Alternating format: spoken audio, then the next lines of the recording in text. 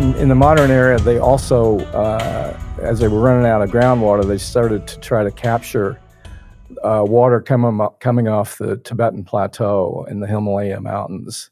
And there are 6 major rivers in South Asia that flow south from the Himalayas, including the Mekong, the Indus. There's the biggest one is called the Brahmaputra.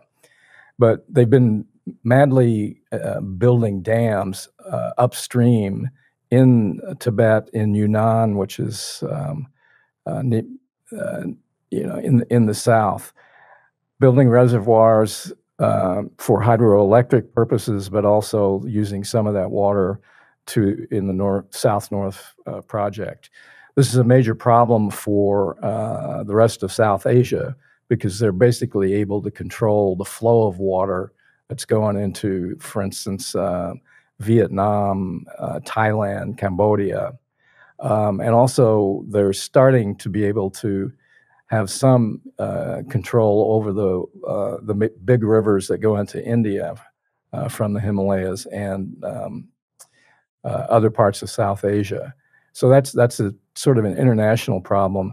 The other, major sort of externalization of their water problems is China's, strangely enough, the biggest exporter of wood products in the world, and they basically don't have that much timber left. So the second biggest importer of timber in the world, and they get that from like Indonesia, rainforests in Indonesia, South Asia.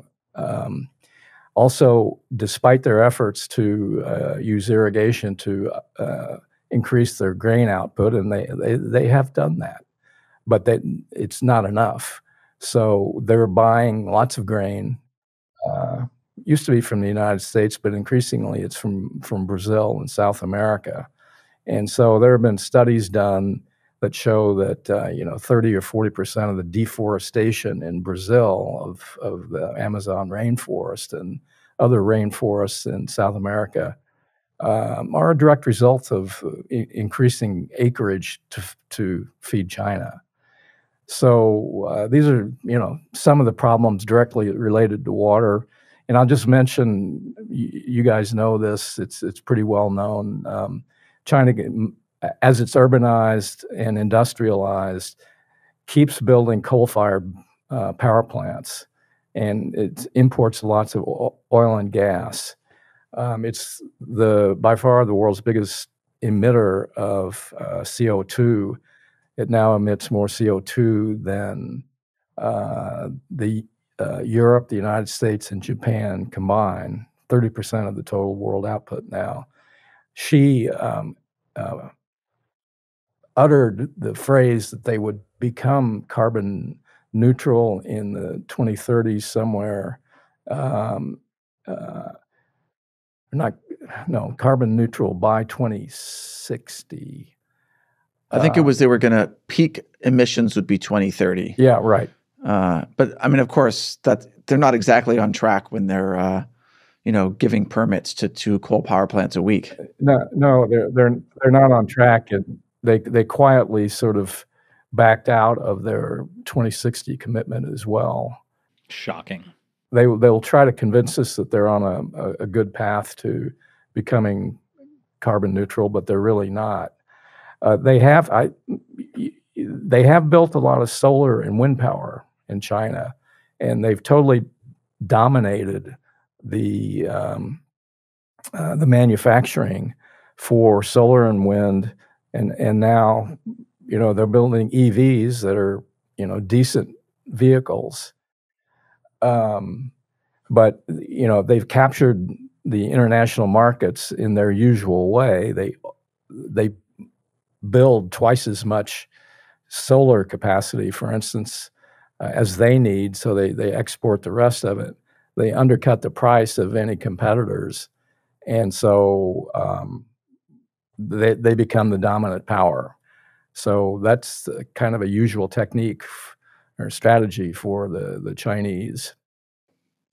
Well, you mentioned that a lot of the stuff that Chris mentioned in the beginning about wind, solar power, carbon neutral are things that they're trying to say to kind of appease or dupe gullible Westerners. people. Yeah. Gullible.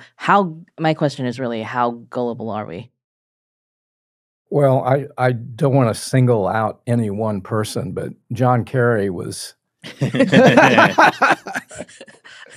just wanted a headline. I mean, I can't question his motives, but he was willing to believe just about anything the Chinese would tell him. And his successor, John Podesta, was also wanting to make a deal with China and prove that they had convinced the Chinese to be on some good glide path. Now, I mean, also the CCP, they roll out the red carpet for these guys, right? I mean, it's like they want to make it seem that's a whole pony show about like, oh yeah, we're working with America on climate change. Yeah, one of the things I found interesting about Kerry is that when Kerry became the climate czar, the CCP brought this guy out of retirement that had formerly been like Kerry's counterpart in a bunch of these climate negotiations. So it's like they kind of brought this guy back out that was, to be like that John Kerry felt like he knew, right, and had a good relationship with. And it seemed fairly clear what they were trying to do there. Yeah. I mean, I'm just surprised about John Podesta because, I mean, nobody has ever had anything bad to say about him on the internet. Well, I mean, let's look at the record. I mean, what have they accomplished in terms of getting the Chinese to back off on building coal-fired power plants, for instance? And they keep overproducing in their industrial sector. And, the industrial sector uses a lot of energy.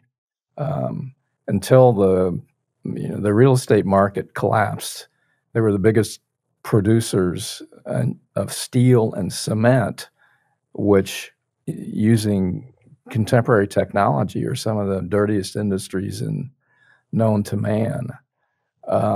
So if we hadn't had a real estate collapse, they'd be marching ahead, 2 or 3%, 4% growth in emissions every year. They've slowed that down partly because the economy is slowed. Well, I think what's interesting about all this is like none of this has been an accident. It's part of the ideology. Mao famously said that man must conquer nature. So how is this? This is definitely a tactic by the CCP. They're knowingly taking this stance of they don't care about the environment, despite anything they say. Well, in reality, that is the case.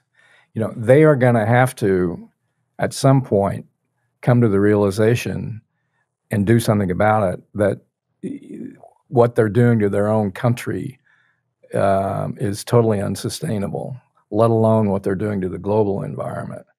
I mean, just having quality drinking water, they're running out of possibilities. They've run down their water tables by 25% in the 20 to 25% in the last 10 years. Some of the cities in the north and east, as they have started to have substantial land subsidence because they've run down the water tables, and you're having buildings start to crack apart and things like that. That's a problem. China's air is famously, unhealthy. They know all of that. Their rivers are increasingly polluted. They know that. So at some point, and the people of China, you can see sometimes below the surface, there are protests. We just can't see them. I mean, as they build these dams in Tibet, there's one that's under construction now that will flood out 6 ancient Buddhist monasteries. and upend the homes and lives of tens of thousands of people. So if they want to keep the mandate of heaven, to use the historical analogy, at some point they're going to have to recognize that environmental problems are real for them and could have major political implications.